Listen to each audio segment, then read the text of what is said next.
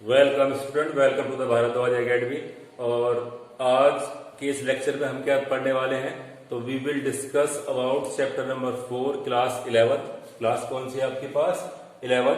और we will discuss about triangle law of vector addition. Triangle law of vector addition. तो आप सभी को पता है कि वेक्टर्स क्या होते हैं। तो वेक्टर्स वो क्वांटिटी है जिसको एक्सप्रेस करने के लिए, तो vectors are the physical quantity with direction. ठीक है नहीं? तो कोई भी स्केलर विद वेक्टर यदि हमारे पास है तो दैट्स कॉल्ड वेक्टर। ठीक है नहीं? तो यदि हमारे पास कोई भी क्वांटिटी है तो उसके पास, आपने पढ़ा था चैप्टर 2 में कि उसके पास न्यूमेरिकल वैल्यू होती है और क्या होती है? यूनिट।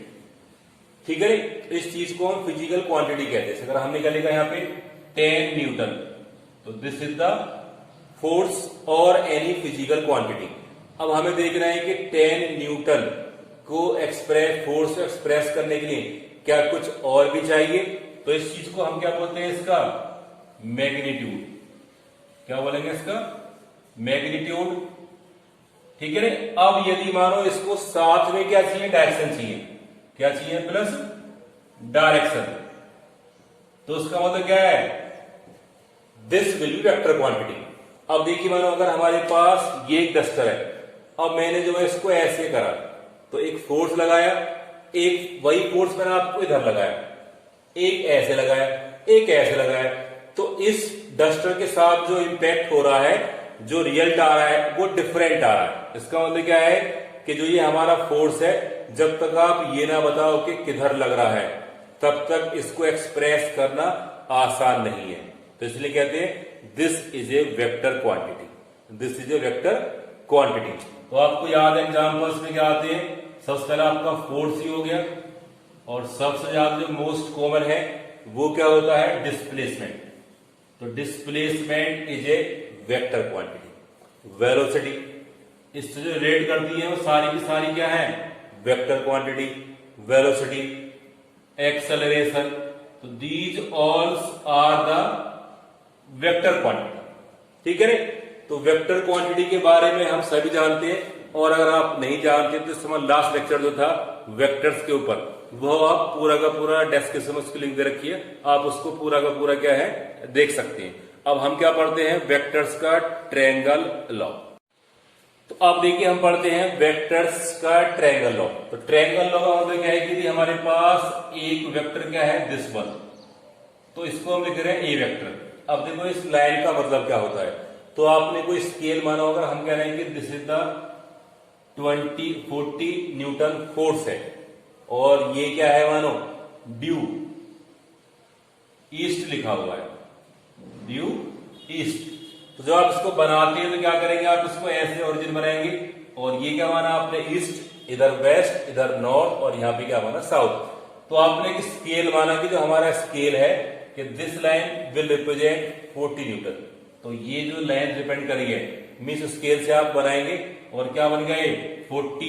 और इसके बाद नॉर्थ का मतलब क्या है कि नॉर्थ के अलोंग जा रहा है, तो अलोंग पॉजिटिव एक्सिस या अलोंग नॉर्थ डायरेक्शन। तो this will be the first vector. ये हमारा क्या है? फर्स्ट वेक्टर है। ठीक है नहीं? दूसरा वेक्टर कह रहा है कि हमारे पास कोई भी वेक्टर है, वो क्या है? इस तरह है। ठीक है नहीं? तो इसको हम बोल रहे हैं कि this is the B vector, और जो इसका एंगल है ओरिजिन से, कहां से? ओरिजिन से वो कितना है? लेट मानो 30 degree, 30 degree east to north. तो क्या लिखेंगे इसको? मानो ये कितना? मानो 60 न्यूटन है, और 30 डिग्री ईस्ट नॉर्थ, तो ईस्ट से नॉर्थ की तरफ। ठीक है ना? तो इसका मतलब क्या है कि ये दोनों वेक्टर हैं। ये क्या बन गया? बी, क्योंकि इसके पास क्या है? मैग्नीट्यूड है, और ये क्या डिपेंड कर रहा है? इसकी डायरेक्शन। सेम कहां पर? देखो दिस इज द मैग्नीट्यूड, और ये क्या है? इसकी डायरेक्शन। तो both are the vector quantity. Sir ये तो बहुत आसान है पढ़ना। ओके, तो आसान है। अब देखो इसको आगे भी करना बहुत आसान है। ठीक है ना? अब हम कह रहे हैं कि इसको ऐड कैसे करेंगे। तो ऐड करने के लिए क्या करना है आपको? सिंपल याद रखना है कि पहले आप ए दे रखा है तो ए को लिखेंगे, तो यहां से यहां तक, तो this is the tail and this is the head. तो ये क्या डिपेंड करेंगे? इसकी एक्सप्रेशन को। तो ये क्या हमारे पास? टेल है, और ये अब देखो सेकंड क्या करेंगे, बी वेक्टर क्या है हमारे पास इस तरह का है, तो इसके टेल पे क्या रखेंगे, इसके हेड पर इसके टेल को रख देते हैं विद पर्टिकुलर एंगल। तो एंगल क्या है आपका, ये था, तो ये एंगल कितना दे रखा है आपके पास 30 डिग्री दे रखा है, ठीक है नी। तो ये आपने इसको ज्योमेट्रिकली आपने एक्सप्रेस करा कॉपी के ऊपर। अब हमें देखना है कि इसका रिजल्टेंट कैसे निकालेंगे। तो जहां पर वेक्टर्स एंड्स होते हैं और जहां से शुरू होता है उन दोनों को मिला दो, है इसका क्या मतलब है, ओके। तो देखो जहां पर क्या मानो लास्ट वेक्टर का जो हेड है उसके फर्स्ट वेक्टर के टेल से लाइन मिला देंगे, स्ट्रेट लाइन। यदि आप इसको इस तरह मिलाएंगे स्केल से, तो ये क्या डिपेंड करेगा, इसका रिजल्टेंट इन दोनों का सम आएगा। और क्या डिपेंड करेगा, ये ए वेक्टर प्लस बी वेक्टर, ठीक है ना। तो अब हमें देखना है कि इसका डायरेक्शन। अब देखो ये एंगल अगर इसको हमने क्या मान लिया कि लेट क्या मान लेंगे, इसको अल्फा मान लिया, तो this is the angle alpha. अब हमें क्या निकालना है, इस आर का अल्फा और मैग्नीट्यूड, दोनों चीजें हमें क्या निकालनी है, वेरी सिंपल वे से निकालनी, ठीक है ना। तो simple triangle law of vector addition क्या होता है, जब हमारे पास दो वेक्टर्स इस तरह दे रखे हैं, तो जो मानो कहां पर है लास्ट के हेड से उसको ऐड कर सकते हैं। एक आएगा आपके पास पैरेललोग्राम लो, वो क्या होते हैं, दोनों एक ही पॉइंट पर होते हैं, तो वो क्या होते हैं, को इनिशियल वेक्टर्स को आप ट्रायंगल लॉ से ऐड नहीं कर सकते, ठीक है ना। तो ट्रायंगल लॉ से ऐड करने के लिए आपके पास क्या होना चाहिए, जहां पर वो लास्ट हो रहा उसके बाद वो नेक्स्ट वेक्टर आपका स्टार्ट होता है, ठीक है ना। तो ये आपका सबसे बड़ा याद करने वाली चीज है। अब देखो इसको सिंपल क्या करते हैं, अब देखो हमारे पास ये ट्रायंगल क्या बना आपने, ये तो ए है और ये क्या आपका, जिसे कह देंगे एम, और ये क्या बन गया सी, और इसको हम कह देंगे डी पॉइंट। अब देखो ये क्या है, आपको राइट एंगल नहीं बना, और हमें जो आता है 10th क्लास में अपना राइट एंगल पाइथागोरस, तो हम उसी के बिहाफ पर करने के लिए क्या करते हैं, इसको इस तरह बनाते हैं कि ज्योमेट्रिकली हमने नॉर्मल डाल दिया, डाल सकते हैं, ओके सर डाल सकते हो। अब देखो इसको यहां से मिला देंगे, तो एक और ट्रायंगल बन जाएगा, इसका हम आपका दे दिया मानो this is the P point, this is the P point. अब देखो यहां पे क्या है, दो राइट एंगल है, एक तो हमारे पास क्या है, ये कह सकते हैं कि सीपीडी है, एक तो हमारे पास क्या है ट्रायंगल सीपीडी, और एक ट्रायंगल क्या है हमारे पास एम। अब देखो यहाँ पे एमसीपी या एमपीसी कह दो, ठीक है नी, या एमसीपी कह दो, ठीक है नी, कोई फर्क नहीं पड़ता इतना, हमें सिर्फ इसका मैग्नीट्यूड निकालना। अब हमें क्या देखना है कि अब क्या करना है। अब देखो आपको, अगर आपको याद हो, किसी भी राइट एंगल में तीन चीजें होती हैं, सर तीन ही होती है, तीन साइड तीन ही होती है, हाँ अब आई नो यू नो। तो इसका मतलब क्या है कि this is the theta and this is the 90। तो जहां पर थीटा लगा होता है 90 के साथ, this is the base and this is the perpendicular and this is the hypos, तो दिस इज द हाइपोस। अब इस ट्रायंगल में यदि आपको बाय चांस हाइपोस पता हो, जैसे मानो इसमें क्या है कि हमारे पास this is the V vector,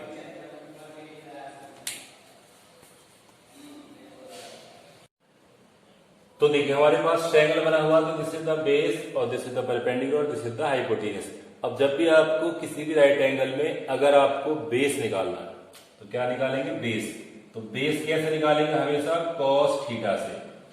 अगर आपको हाइपोटेन्यूस पता है तो let this is the x मानिए, अगर आपको दे रखा है, तो cos क्या होता है हमारे पास, बेस अपॉन हाइपोटेन्यूस।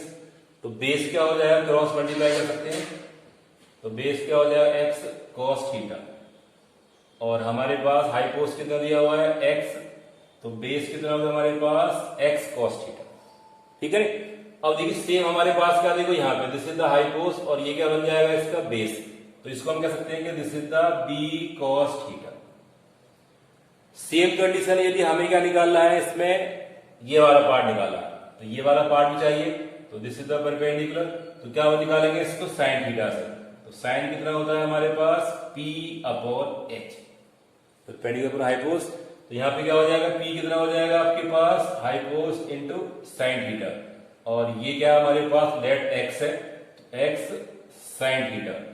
अब देखिए सेम हमारे ट्रायंगल में क्या है कि ये क्या है हमारे पास, इस ट्रायंगल का, इस वाले ट्रायंगल क्या है हाइपोटेन्यूस का, क्या है ये परपेंडिकुलर इस वाले ट्रायंगल में, तो यहाँ पे क्या बन जाएगा दिस इज x, तो यहाँ पे क्या है b साइन थीटा।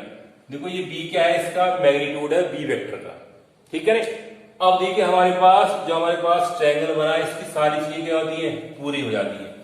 अब देखो हमें क्या लगाना है, सिंपल इसमें पाइथागोरस लगा लिए।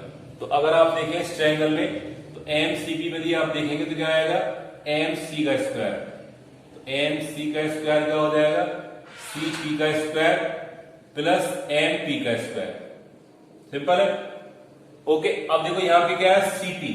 तो सीपी क्या है हमारे पास, बी साइन थीटा आपको दिया हुआ है, गिवन है, प्लस अब देखो आपको एमपी देखना है। देखो एमपी हमारे पास डिस्टेंस को एडजस्टमेंट करना पड़ेगा। तो क्या है ये, एम डी, एम से लेके डी, ये ए है, और प्लस कितना है ये डीपी, इसका स्क्वायर करेंगे तो यहां पे क्या हो जाएगा, बी साइन थीटा, दोनों के स्क्वायर हो जाएगा, वेरी सिंपल। और प्लस क्या करेंगे, यहां पे क्या हो जाएगा, A plus B cos theta, इसका स्क्वायर बोलेंगे। अब देखो ये क्या बन जाएगा, ए प्लस बी का होल स्क्वायर। तो A square plus B square plus 2ab cos theta. तो यहां पे क्या बन जाएगा, B square sine square theta, ठीक है नहीं, प्लस यहां पे क्या आएगा, A square plus B square. तो बी क्या है, पूरा है, तो बी का स्क्वायर मतलब पूरे का स्क्वायर हो जाएगा, प्लस 2ab। तो यहां पे क्या हो जाएगा, 2ab। अब बी क्या है, पूरा है, तो cos थीटा। अब देखो एमसी को हम क्या मानेंगे, दिस इज आर, तो दिस इज आर का स्क्वायर, ठीक है रे। अब देखिए यदि हम इसको यहां पे सॉल्व कर दे तो हमें क्या मिलेगा यहाँ पे, कि आर का स्क्वायर। तो चलो यहीं पे करते हैं, आर का स्क्वायर क्या हो जाएगा, B square sine square theta. अब देखो इसको थोड़ा एडजस्टमेंट करेंगे तो क्या बन जाएगा, B square sine square theta, plus इसको यहां पे कर लेंगे तो B square cos square theta, adjustment है, प्लस में आप कुछ भी कर सकते हैं। तो प्लस क्या हो जाएगा यहाँ पे, ए स्क्वायर और plus 2ab cos theta, 2ab cos theta, ठीक है रे। तो अब आप समझ सकते हैं कि क्या निकालना है। तो देखिए हमारे पास क्या जाएगा, B square sine square theta plus B square cos square theta plus A square 2ab sine theta. Just simple है, वेरी सिंपल। अब करेंगे तो यहां से बी स्क्वायर कॉमन ले लेंगे। तो हमने किया क्यों है ये, कि आर स्क्वायर क्या हो जाएगा, B square will be common, B square will be common. तो क्या बचेगा यहाँ पे, sine square theta plus cos square theta, और प्लस हम यहां ले लेते हैं, यहां पे क्या बचेगा आपके पास, A square plus 2ab cos theta. तो ये क्या आ जाएगा, 2ab कॉस थीटा। और आप सभी को याद है लास्ट चैप्टर में पढ़ा हुआ, sign square theta plus cos square theta की वैल्यू क्या होती है, 1 होती है। क्या होती है, 1। तो यहां से आर स्क्वायर कितना आ जाएगा, B square into 1 plus A square plus 2ab cos theta, 2ab cos theta. तो उसका मतलब आर स्क्वायर कितना आ गया आपके पास, A square plus B square plus 2ab cos theta, very simple. अब देखो यदि आपको क्या निकालना हो, एंगल निकालना है, तो एंगल क्या निकालेंगे। अब देखो हमारे पास एंगल सी ये वाला, अब हमें देखो ये पता है, अब इन दोनों से निकालते हैं। तो क्या हो जाएगा, इसको हम निकालेंगे टेन एल्फा से। तो टेन एल्फा क्या हो जाएगा, ये क्या बन जाएगा, साइड एंगल का हाइपोस, तो क्या बन जाएगा, B sine theta upon base. तो क्या बन जाएगा, बेस में क्या देखो यहाँ पे ए प्लस बी कॉस थीटा, ए प्लस बी कॉस थीटा। तो इससे क्या निकालेंगे, इसका एंगल। अब सर एंगल कैसे आएगा, तो सिंपल एंगल कैसे आएगा, तो एल्फा क्या हो जाएगा, टेन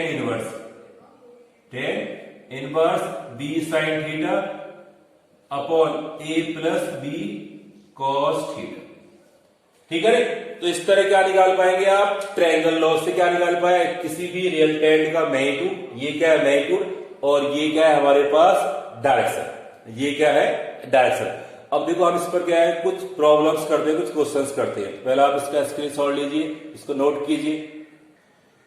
तो देखिए हमारे पास क्वेश्चन क्या दिया हुआ है, कि हमारे पास एक वेक्टर जो ए वेक्टर है वो ए है, ठीक है ना, 2 इक्वल वेक्टर्स है, और बी वेक्टर क्या है हमारे पास, वो भी ए के बराबर है। तो उसको भी हम क्या मान लेंगे, ये मान लेंगे। आर इंक्लाइंड एट एंगल 120, तो थीटा कितना दिया हुआ है हमारे पास 120। Find the real ten, find the real ten. तो क्या निकालेंगे सिंपल, आर का square equal to A square, तो यहाँ पे ए स्क्वायर भी क्या है, ए है, प्लस बी स्क्वायर, तो बी स्क्वायर भी क्या है, यहाँ पे ए है, प्लस 2ab, दोनों बराबर है, और क्या हो जाएगा cos 120, cos 120। तो इस तरह आप क्या निकाल पाएंगे, आर की वैल्यू। अब देखो आपको बताया कि यहां पे क्या हो जाएगा, ये 2a square plus 2a square और cos 120। अब cos 120 क्या होता है आप सभी को पता है, ठीक है नहीं, तो cos 120 की यहां वैल्यू लगाएंगे और इससे क्या निकाल पाएंगे आप, r। तो r कैसे आएगा, r का स्क्वायर r आएगा, तो r क्या आएगा, इसका रूट करके। अब हमें देखना है कि एंगल कैसे निकालेंगे, तो एंगल कैसे निकालेंगे, tan थीटा से। तो क्या लिख देंगे इसको, tan अल्फा, तो tan अल्फा क्या हो जाएगा, b sin थीटा, तो b sin 120 upon a plus b, तो देखो इसको आप a मान लेंगे, तो a प्लस b, तो b cos 120, ठीक है नहीं। तो आपने वैल्यू लगा देंगे और यहां से क्या निकाल पाएंगे आप, अल्फा की वैल्यू, और यहां से क्या निकाल पाएंगे आप, मैग्नीट्यूड की वैल्यू, ठीक है नहीं। तो आई होप सो ट्रायंगल लो आपको बहुत अच्छे समझ में आया होगा। वीडियो को लाइक करें, शेयर करें और घर पे रहे और हेल्दी रहे।